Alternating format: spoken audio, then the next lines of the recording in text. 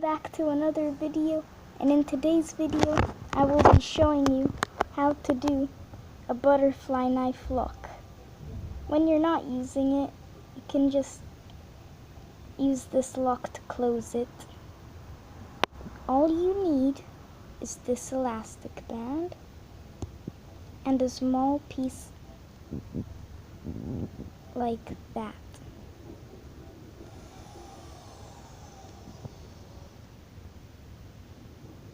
You have to put the elastic band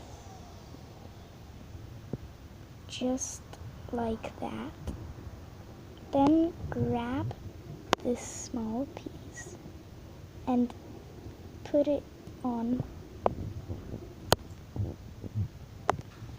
And then, just like that, it's done. It keeps it locked, and you can't flip it like this. And you can open it, and then flip it.